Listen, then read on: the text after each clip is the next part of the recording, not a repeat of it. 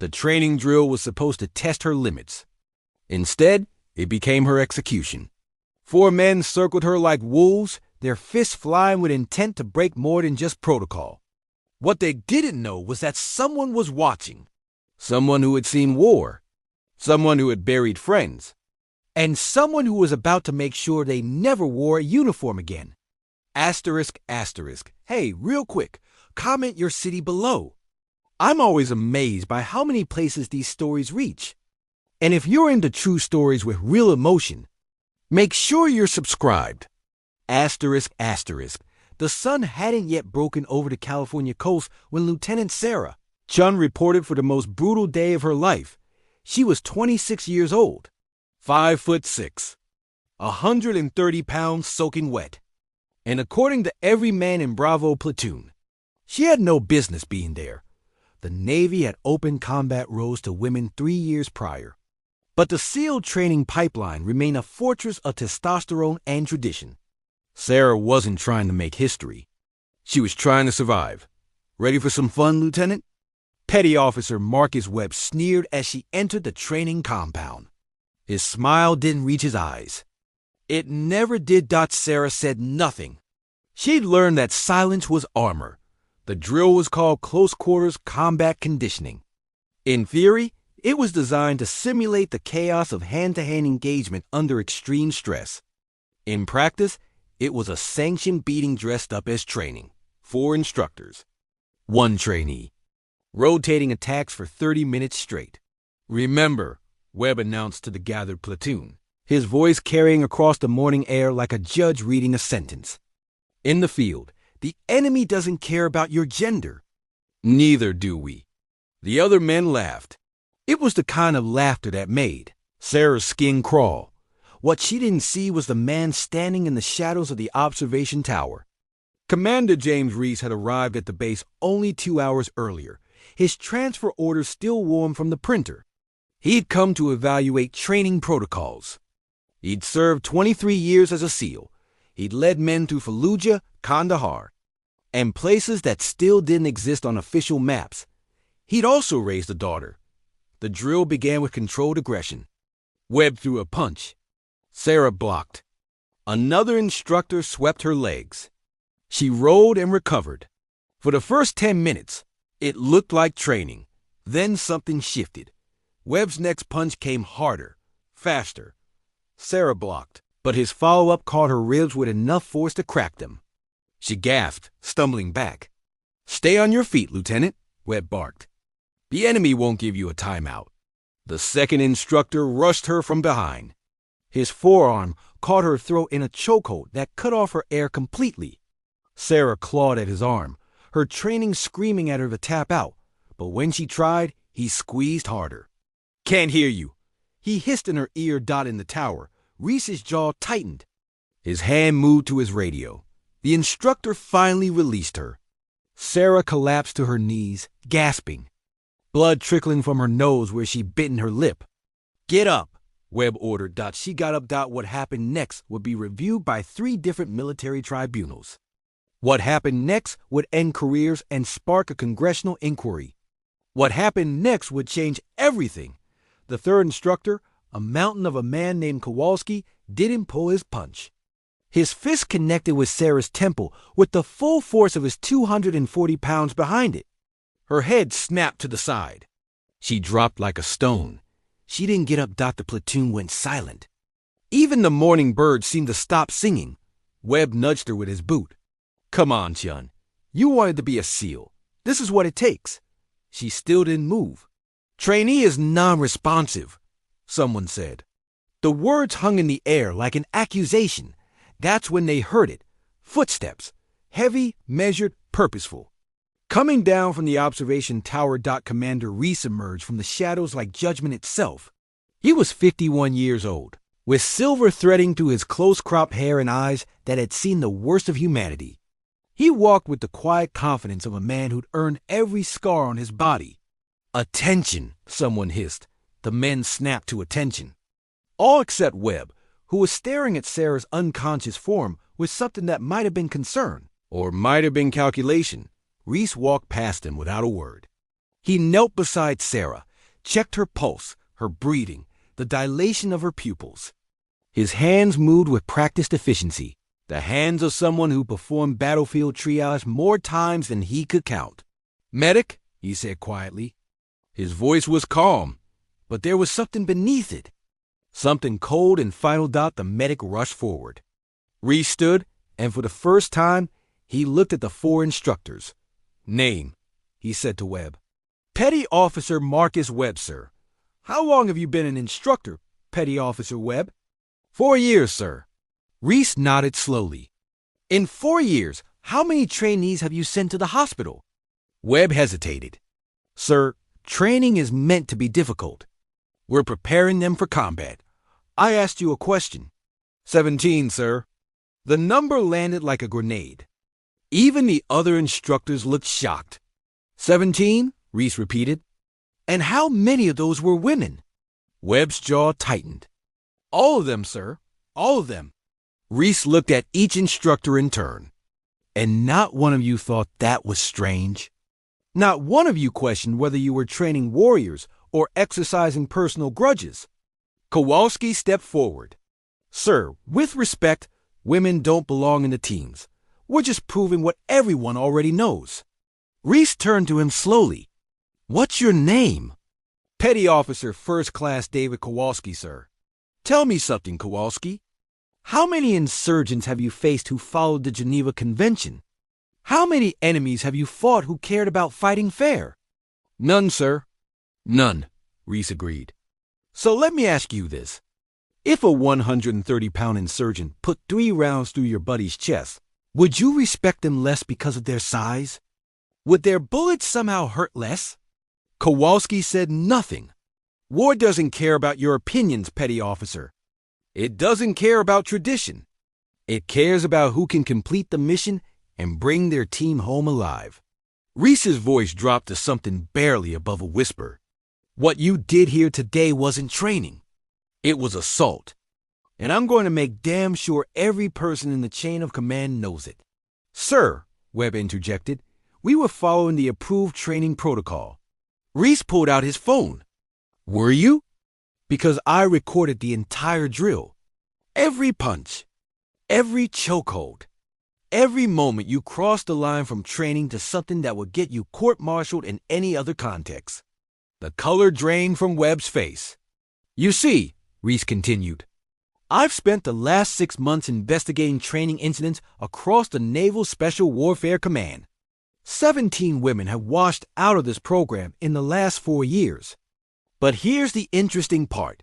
13 of them suffered injuries, severe enough to disqualify them medically. Concussions, broken bones, internal bleeding. All during training drills supervised by you 4. You let that sink in. The Navy didn't send me here to evaluate training protocols.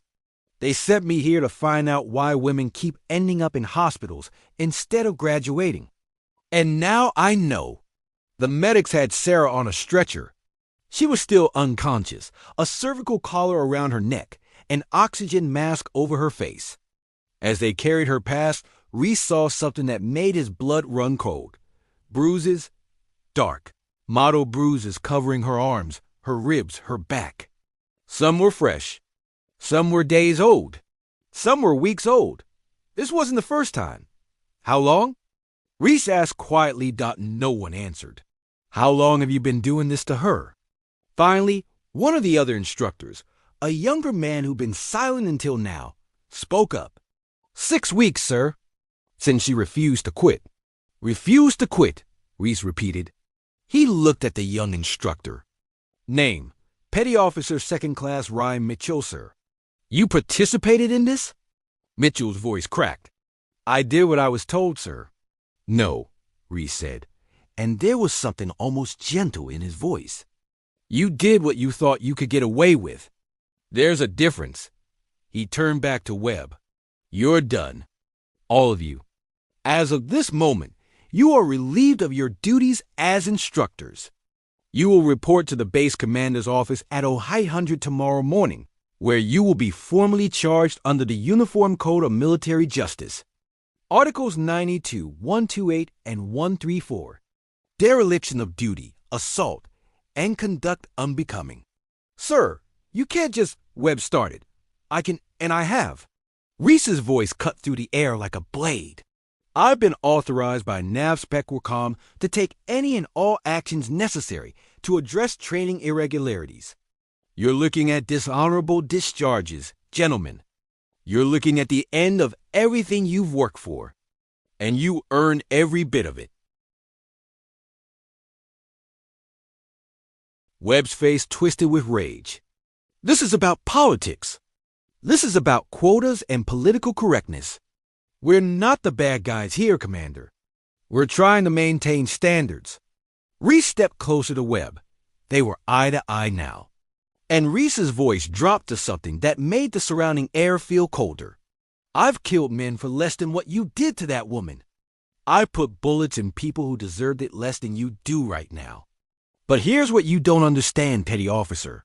Standards aren't about making sure women fail. Standards are about making sure everyone who passes can do the job.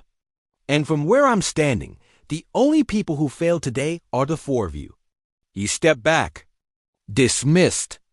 All of you. The platoon scattered like startled birds. The four instructors stood frozen, their careers evaporating before their eyes. But Reese wasn't done.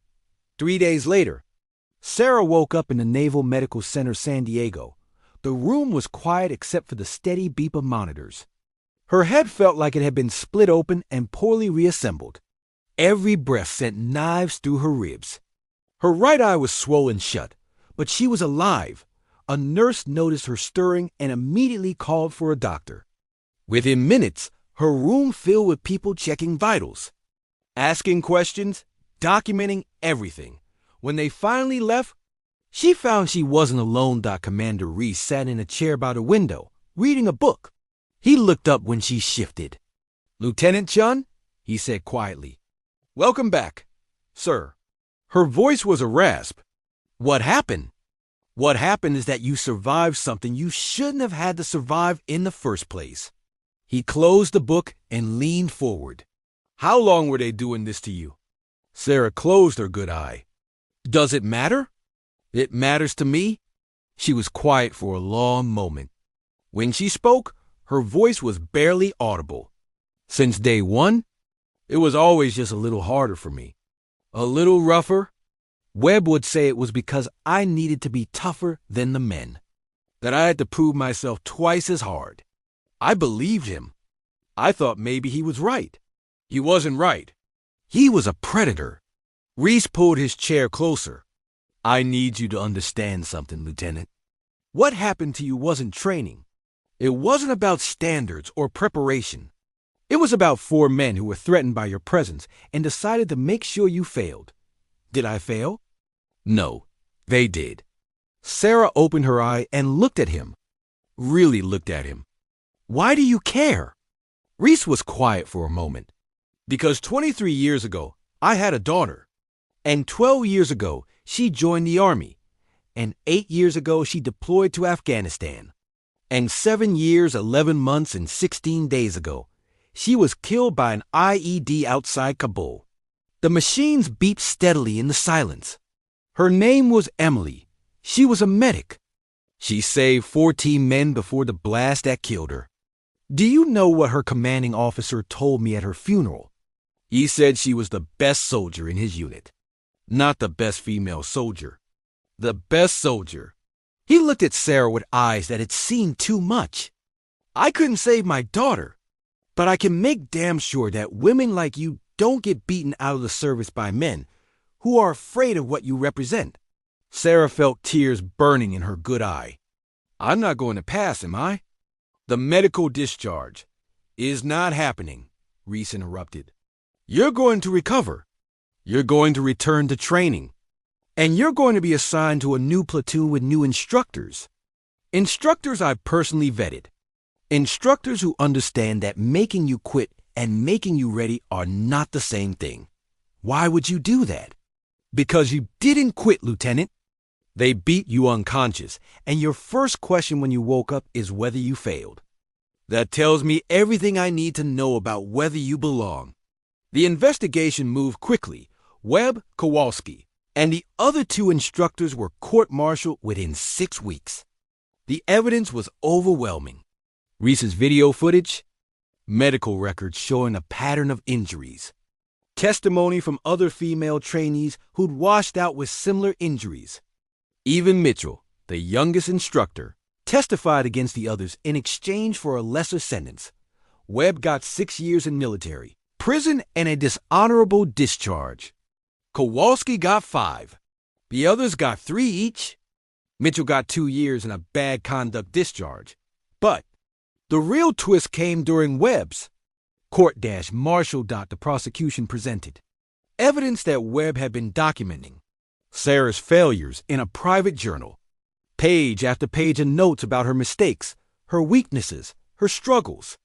The prosecution argued it showed premeditation, that Webb had been systematically trying to force her out, but then the defense did something unexpected. They entered the journal into evidence in full, and Sarah sat in the gallery and listened as the prosecution read entries they'd initially withheld. Day 42, Chun took a hit that would have dropped most men. She got back up. I increased the intensity. Day 67, broke her finger during grappling. She taped it and continued. I don't understand her. Day 91, she's not quitting. Nothing I do makes her quit. It's making me question everything. The courtroom went silent as the prosecutor read the final entry, dated 2 days before the incident. Day 108, I've been trying to break her because I was afraid she'd break us. Afraid that if a woman could do this, it meant everything I believed about being a SEAL was wrong. But I watched her today, and I realized something. She's not trying to prove women can do this. She's just trying to do this. The problem isn't her. The problem is me. Tomorrow, I'm going to recommend she be assigned to a different platoon. One where she has a fair shot. She's earned that much. Webb never made that recommendation. The next day was the drill that ended everything. Sarah sat in the gallery, her hands trembling.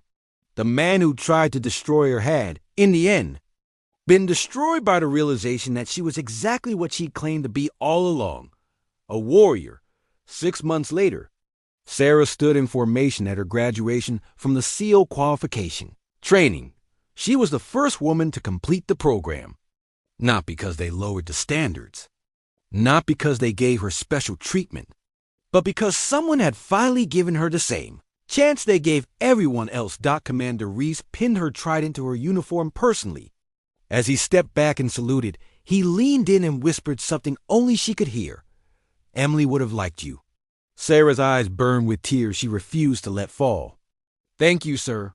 Don't thank me, Lieutenant. You did this. I just made sure the playing field was level. As the ceremony concluded and cameras flashed, Sarah looked out at the crowd. Her family was there, beaming with pride. Her new platoon was there. The men who trained beside her, suffered beside her, and ultimately accepted her as one of their own. And in the back, almost hidden, she saw someone she didn't expect, Mitchell, the instructor who testified against Webb. He was in civilian clothes now, his military career over. When their eyes met, he nodded once. A gesture of respect. Maybe of apology. Sarah nodded back. The epilogue came 3 years later. Sarah was deployed to Syria as part of a joint task force. Her team was pinned down in a compound, taking heavy fire from insurgents who'd surrounded their position. 3 men were wounded. Ammunition was running low. Extraction was 20 minutes out. That's when Sarah saw the gap in the enemy's line. A narrow alley that could get them to a secondary extraction point. But someone would have to provide covering fire. Someone would have to stay behind until the team was clear. She didn't hesitate. I've got rear guard, she said into her comm. Get them out. Her team leader, a grizzled veteran named Santos, stared at her. Chun, that's a suicide run. No, she said, checking her ammunition. That's the job. She laid down, suppressing fire as her team moved, each burst calculated and precise. When her rifle ran dry, she switched to her sidearm. When that ran empty, she used a grenade she'd been saving. The extraction helicopter arrived just as the insurgents closed in. Sarah ran for it, bullets kicking up dust around her feet. A round caught her in the leg. She stumbled but didn't stop. Santas pulled her into the helicopter as it lifted off. As they gained altitude, she looked down at the compound below, at the insurgents who'd almost had them. "You're insane," Santos said, wrapping her leg wound. "You know that?" Sarah grinned through the pain. "I learned from the best. Who taught you to be that crazy?" "A guy named Webb," she said. "He tried to break me. Instead, he just showed me how much I could take." Back in California, Commander Reese was retiring after 30 years of service. His office was bare, his personal effects packed in boxes. He was scrolling through his phone when a video caught his attention.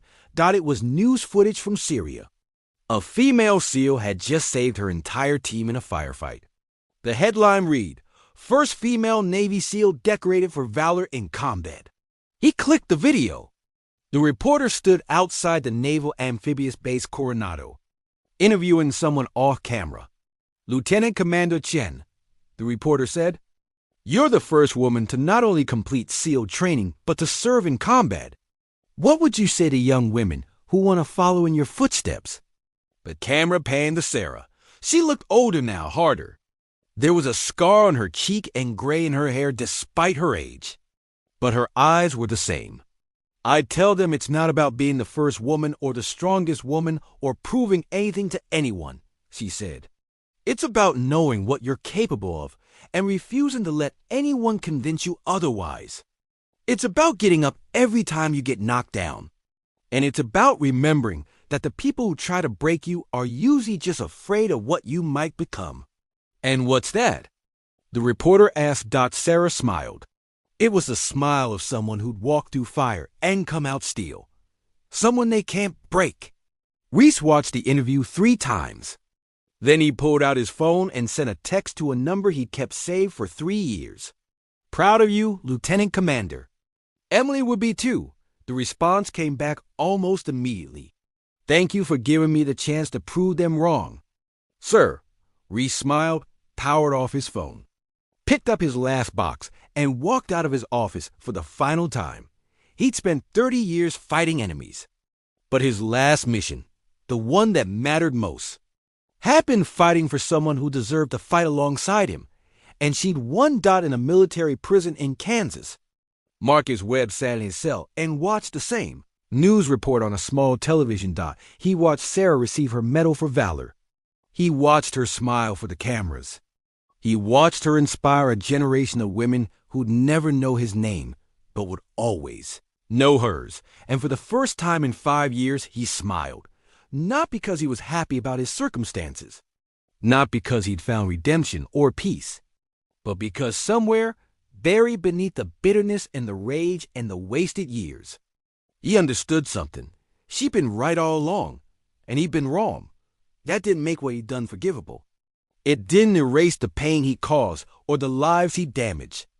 But it meant that maybe, in some small way, his failure had led to her success. The guard came to turn off the television for lights out. As the screen went dark, Webb lay back on his bunk and stared at the ceiling.